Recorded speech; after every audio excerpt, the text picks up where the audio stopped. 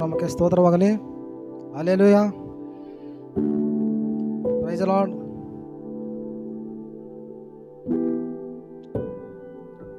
ಈ ದಿನ ಯೇಸು ಸ್ವಾಮಿ ಶಿಲುಬೆಯಲ್ಲಿ ಮಾತಾಡಿದಂಥ 7 ಮಾತುಗಳನ್ನು ನಾವು ಒಂದೊಂದಾಗಿ ಕೇಳಿಸ್ಕೊಳ್ತಾ ಇದ್ದೀವಿ. ಈಗಲೇ ಆಲ್ರೆಡಿ 2 ಮಾತುಗಳನ್ನು ಕೇಳಿಸಿದ್ವಿ.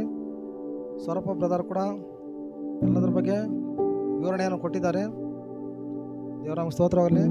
ಇವತ್ತು ನಾನು ಈ ದಿನ 3ನೇ ಮಾತನ್ನು ಮಾತಾಡಲಿಕ್ಕೆ ಬಂದಿದ್ದೇನೆ. ಯೆಶಾಯನ ಬರೆದ ಸುವಾರ್ತೆ 19ನೇ ಅಧ್ಯಾಯ 26-27 ವಚನ ಓದಿಕೊಳ್ಳೋಣ.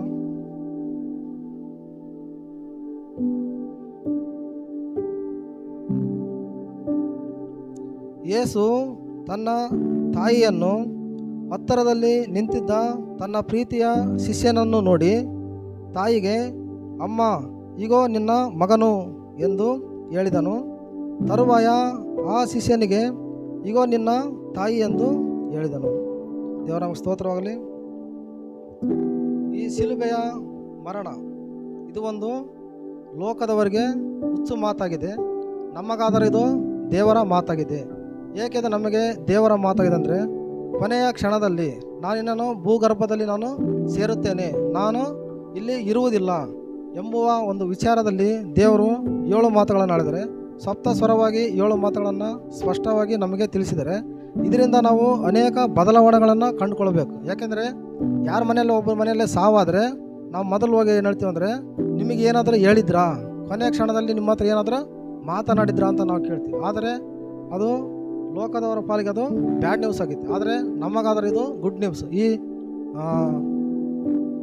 ಗುಡ್ ಫ್ರೈಡೇ ಮತ್ತು ಬ್ಯಾಡ್ ಫ್ರೈಡೆ ಅಂತ ನಾನು ಸ್ವಲ್ಪ ವಿವರಣೆ ಮಾಡ್ತೀನಿ. ನಮಗೆ ಯಾಕೆ ಇದು ಯೇಸು ಸ್ವಾಮಿಯ ಗುಡ್ ಫ್ರೈಡೆ ಆಗಿದೆ? ನಾವು ಬ್ಯಾಡ್ ಫ್ರೈಡೆ ಅಂತ ಹೇಳ್ಬೋದಾಗಿತ್ತು. ಆದರೆ ಶಿಲುಬೆಯ ಮರಣವನ್ನು ಯೇಸು ಸ್ವಾಮಿ ಜಯಿಸಿ ನಮಗೆ ಒಂದು ಜಯವನ್ನು ಕೊಟ್ಟು, ನಮಗೆ ರಕ್ಷಣೆಯನ್ನು ಕೊಟ್ಟು, ನಮ್ಮನ್ನೆಲ್ಲ ಇಲ್ಲಿ ಬಂದು ಕುಂದಿರುವಂತೆ ಮಾಡಿದ್ದಾರೆ. ಏಕೆಂದರೆ ಅವರು ಶರೀರದಲ್ಲಿ ಸತ್ತು ಆತ್ಮದಲ್ಲಿ ಜೀವಿಸ್ತಾ ಇದ್ದಾರೆ. ಹಾಗಾಗಿ ಇದು ನಮಗೇನಾಗಿದೆ? ಗುಡ್ ಫ್ರೈಡೆ ಆಗಿದೆ. ಯೇಸುವಿನ ರಕ್ತ ಇವತ್ತು ನಮ್ಮನ್ನೆಲ್ಲರನ್ನ ಈ ಸಭೆಯಾಗಿ ಕೂಡಿಸಿದೆ. ಯಾಕೆಂದರೆ ಯೇಸುವಿನ ರಕ್ತ ಬೀಜವಾಗಿ ಮಾರ್ಪಟ್ಟು ಆತನ ರಕ್ತ ಈ ಭೂಮಿ ಮೇಲೆ ಸುರಿದಿದ್ದರಿಂದ ಇವತ್ತು ನಾವು ಸಭೆಗಳನ್ನು ಕಟ್ಟಿದ್ವಿ. ಯಾಕೆಂದರೆ ಮೊದಲು ಯೇಸು ಸ್ವಾಮಿಯ ರಕ್ತ ಯಾವಾಗ ಭೂಮಿ ಮೇಲೆ ಚೆಲ್ಲಿತೋ ಅಲ್ಲಿಂದಲೇ ಸಭೆಗಳು ಉದ್ಭವ ಆದವು. ಯೇಸು ಸ್ವಾಮಿ ಹೇಳಿದರೆ, ನಾನೇ ಮೂಲೆಗಲ್ಲಾಗಿದ್ದೇನೆ ಎಂಬುದಾಗಿ.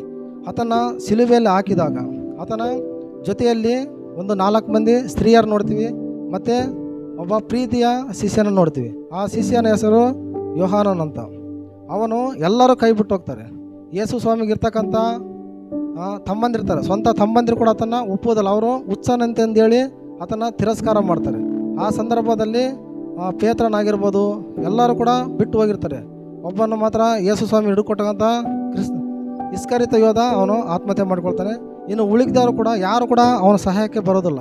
ಆತನ ಅದ್ಭುತಗಳನ್ನು ನೋಡಿರ್ತಾರೆ, ಎಲ್ಲ ನೋಡಿರ್ತಾರೆ, ಯಾರು ಕೂಡ ಇರೋಲ್ಲ. ಎಲ್ಲೋ ದೂರದಲ್ಲಿ ಮರೆಯಾಗಿ ನಿಂತು ಅವರು ನೋಡ್ತಾರೆ ಎಂಬುದಾಗಿ ನಾವು ನೋಡ್ತೀವಿ. ಆದರೆ ಅಲ್ಲಿ ತನ್ನ ಯೇಸು, ತನ್ನ ಸ್ವಾಮಿ, ಈತನೇ ನನ್ನ ದೇವರು, ನಾನು ಇದನ್ನು ಬಿಟ್ಟು ಹೋಗೋದಿಲ್ಲ ಎಂಬುದಾಗಿ ಆ ಪ್ರಿಯ ಶಿಷ್ಯನು ಯೋಹಾನನ ಆತನು ಒಂದು ಶ್ರೇಷ್ಠವಾದ ಶಿಷ್ಯನಾಗಿರ್ತಾನೆ, ಎದೆಗೆ ಒರಗಿಕೊಳ್ಳುವಂಥ ಶಿಷ್ಯನಾಗಿರ್ತಾನೆ. ಈ ಶಿಲುಬೆಯಲ್ಲಿ ನಾವು ನೋಡುವಾಗ ಆತನಿಗೆ ಬಾಸುಂಡೆಗಳ ಬರುವಂತೆ ಆತನ ಕೊರಡೆಗಳಿಂದ ಹೊಡಿಸಿರ್ತಾರೆ. 39 ಕೊರಡೆ ಏಟುಗಳನ್ನು ಹೊಡಿಸಿದ್ರೆ ಎಂಬುದನ್ನು ನೋಡ್ತೀವಿ.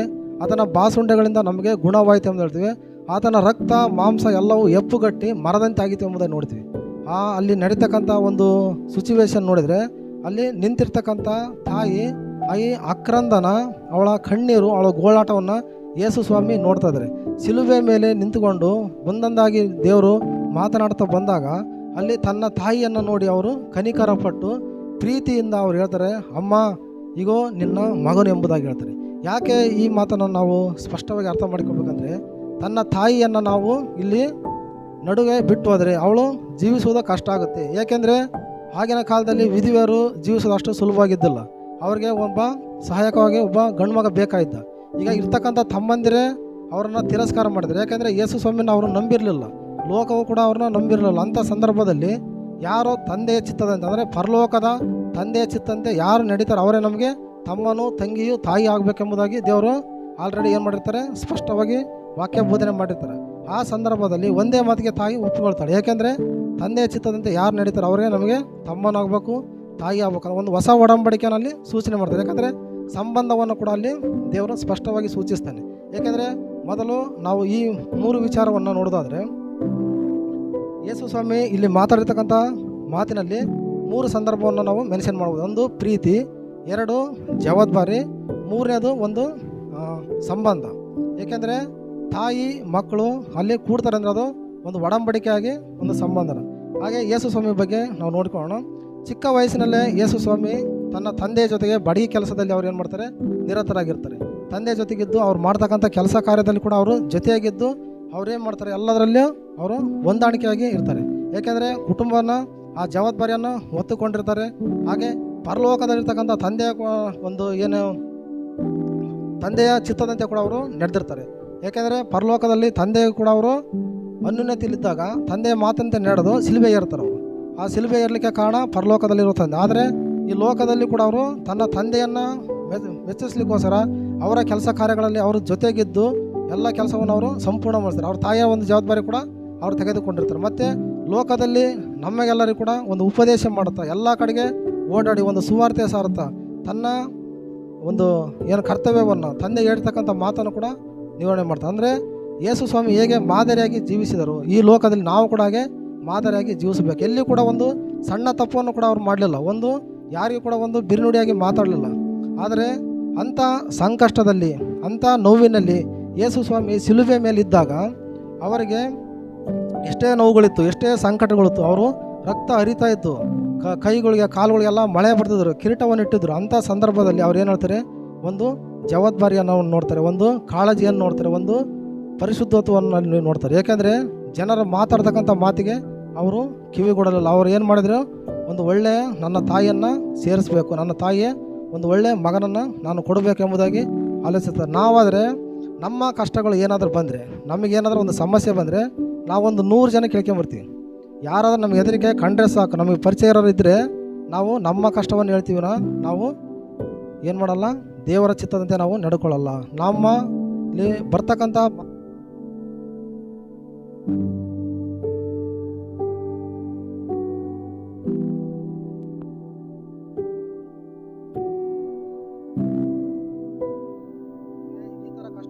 ಈ ಥರ ನೋವಿದೆ ಅಂತ. ಆದರೆ ಒಂದು ಸಣ್ಣ ಮಳೆ ಹೊಡೆದ್ರೆ, ಒಂದು ಸಣ್ಣ ಚುಚ್ಚಿದ್ರೆ, ಒಂದು ಗಾಯವಾದರೆ ನಾವೇನು ಮಾಡ್ತೀವಿ, ಎಲ್ಲರಿಗೂ ಹೇಳ್ತೀವಿ. ಅದೇ ಪ್ರಕಾರ ಯೇಸು ಸ್ವಾಮಿ ಅದನ್ನೆಲ್ಲವನ್ನು ಸಹಿಸಿಕೊಂಡ್ರೆ, ಅದಕ್ಕೋಸ್ಕರ ನಮಗಾಗಿ, ನಮ್ಮ ಪಾಪಗಳಿಗಾಗಿ, ನಮ್ಮ ಒಂದು ರಕ್ಷಣೆಗಾಗಿ ಅದೆಲ್ಲ ಸಹಿಸಿಕೊಂಡು ನಮಗೆ ಒಂದು ರಕ್ಷಣೆಯನ್ನು ಕೊಟ್ಟರು, ಒಂದು ಬಾಧ್ಯತೆಯನ್ನು ಕೊಟ್ಟರು, ನಮಗೆ ಒಂದು ಉತ್ಸಾಹವನ್ನು ಕೊಟ್ಟರು. ಏಕೆಂದರೆ ನಾವಿವತ್ತು ಸುಖವಾಗಿ ನಾವಿಲ್ಲಿ ಜೀವಿಸ್ತಾ ಇದ್ದೀವಿ ಅಂದರೆ ಅದಕ್ಕೆ ಅವರು ಪಟ್ಟಿರ್ತಕ್ಕಂಥ ಕಷ್ಟ, ಅವರ ಶಿಲುಬೆಯ ಮರಣ. ಆ ಶಿಲುಬೆಯ ಮರಣದಿಂದಲೇ ನಾವು ಇವತ್ತು ಇಷ್ಟೆಲ್ಲ ಸುಖವಾಗಿದ್ದೀವಿ, ಸಂತೋಷವಾಗಿದ್ದೀವಿ, ನಾವು ನೆಮ್ಮದಿಯಿಂದ ನಾವು ಜೀವಿಸ್ತಾ ಇದ್ದೀವಿ. ಆ ನೋವಿನಲ್ಲಿರ್ತಕ್ಕಂಥವ್ರು ಯೇಸು ಸ್ವಾಮಿ ಏನು ಮಾಡಿದೆ ಅಂದರೆ, ತನ್ನ ತಾಯಿಯನ್ನು ಒಂದು ಸುರಕ್ಷಿತವಾದ ಸ್ಥಳಕ್ಕೆ ಸೇರಿಸಲಿಕ್ಕೆ ಈಗೋ ನಿನ್ನ ಮಗನು ಎಂಬುದಾಗಿ ಹೇಳಿದರು.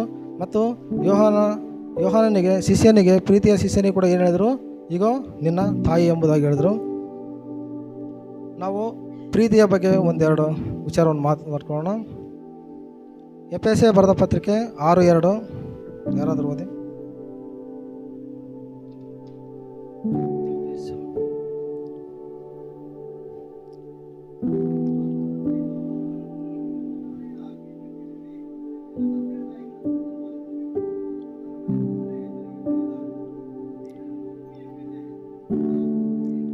ದೇವರ ಸ್ತೋತ್ರವಾಗಲಿ.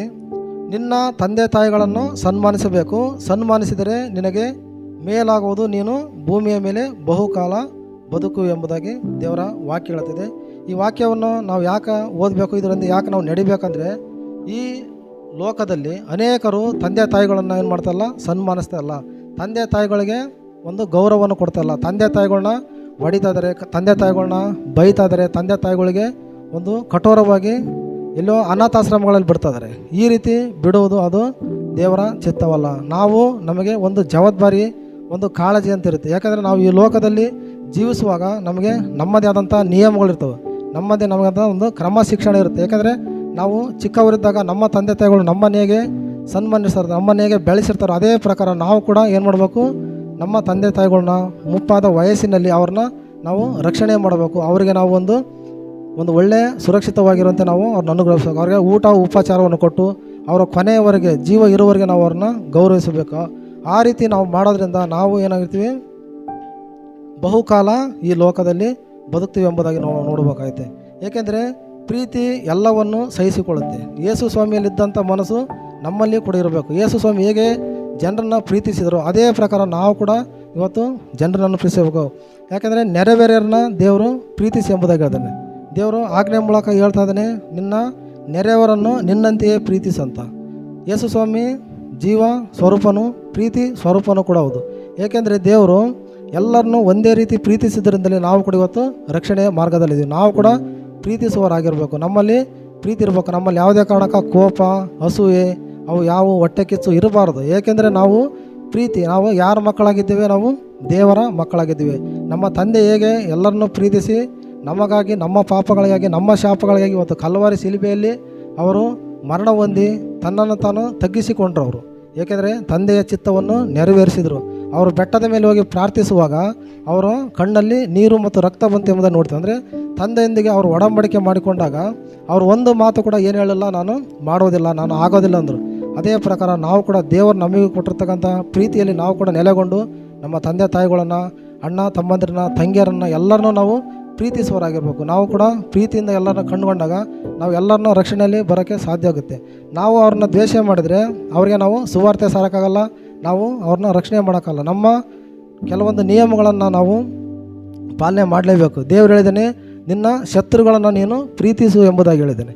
ನಾವು ಇವತ್ತು ಎಲ್ಲರೂ ಯೇಸು ಸ್ವಾಮಿನ ಪ್ರೀತಿಸ್ತಾರೆ, ಆದರೆ ಶತ್ರುಗಳನ್ನು ಮಾತ್ರ ಯಾರೂ ಪ್ರೀತಿಸೋದಿಲ್ಲ. ಇದನ್ನು ನಾವು ಬದಲಾವಣೆ ಮಾಡ್ಕೋಬೇಕು. ಈ 7 ಮಾತುಗಳನ್ನು ನಾವು ಅನುಸರಿಸಿ ನಡೆಯೋದ್ರಿಂದ ನಾವು ಅನೇಕ ಜನರಿಗೆ ಸುವಾರ್ತೆ ಸಾರ್ಬೋದು. ಯಾಕೆಂದರೆ ಪ್ರತಿಯೊಂದು ಈ 7 ಮಾತಲ್ಲಿದ್ದಾವೆ. ಈ 7 ಮಾತನ್ನು ಲೋಕದಲ್ಲಿರ್ತಕ್ಕಂಥ ನಮ್ಮನ್ನು ಕ್ವಶನ್ ಮಾಡ್ತಾರೆ. ಹೇಗೆಂದರೆ ಯೇಸು ಸ್ವಾಮಿ ಯಾಕೆ ಶಿಲುಬೆ ಮೇಲೆ ಸತ್ತ? ನನ್ನ ಕೂಡ ಇದೇ ರೀತಿ ಅನೇಕರು ಪ್ರಶ್ನೆ ಮಾಡಿದ್ದಾರೆ. ಅಂದರೆ ಈ ವಾಕ್ಯವನ್ನು ನಮಗೆ ಗೊತ್ತಿದ್ದರೆ ನಾವು ಅವ್ರಿಗೆ ಸ್ಪಷ್ಟವಾಗಿ ಬೋಧನೆ ಮಾಡ್ತೀವಿ, ಅವ್ರನ್ನ ರಕ್ಷಣೆ ಮಾರ್ಗದಲ್ಲಿ ನಾವು ತರ್ತೀವಿ. ಈ ಮಾತುಗಳನ್ನು ನಾವು ಕೇಳಿಸ್ತೇ ಹೋದರೆ ನಮ್ಮ ಕುಟುಂಬಗಳು ಬದಲಾಗಲ್ಲ, ನಮ್ಮ ಅಣ್ಣ ತಮ್ಮಂದಿರು, ತಾಯಿಯರು ಯಾರು ಕೂಡ ಬದಲಾಗೋದಿಲ್ಲ. ಅದಂಗಾಗಿ ನಾವು ಪ್ರೀತಿಸುವವರಾಗಿರ್ಬೇಕು. ನಾವು ದೇವರು ಹೇಗೆ ಪ್ರೀತಿಸಿದನೋ ನಾವು ಕೂಡ ಅದೇ ಪ್ರಕಾರ ಜನರನ್ನು ಪ್ರೀತಿಸಬೇಕು. ನಾವು ಯೇಸು ಕ್ರಿಸ್ತನ ನಂಬಿರ್ತಕ್ಕಂಥ ಮಾತ್ರ ನಾವು ಪ್ರೈಸ್ ಲಾರ್ಡ್ ಹೇಳಿ ಅವ್ರ ಜೊತೆಗೆ ನಾವು ಅನ್ಯೋನ್ಯವಾಗಿರ್ತೀವಿ. ಆದರೆ ನಿನ್ನ ನೆರೆವೇರನ್ನ, ನೀನು ಲೋಕದಲ್ಲಿ ಇರೋರನ್ನು ಕೂಡ ನೀನು ಅತಿಯಾಗಿ ಪ್ರೀತಿಸ್ಬೇಕಂತ ದೇವರು ಕೇಳ್ತಿದೆ. ದೇವರು ನಮಗೆ ಸ್ತೋತ್ರವಾಗಲಿ. ಹಾಗೆ ಜವಾಬ್ದಾರಿ ಬಗ್ಗೆ ನಾವು ಮಾತಾಡ್ಕೊಳ್ಳೋಣ. ಗಲಾತ್ಯ 6:2 ಯಾರಾದರೂ ಓದಿ. ಹಲ್ಲೆಲೂಯಾ.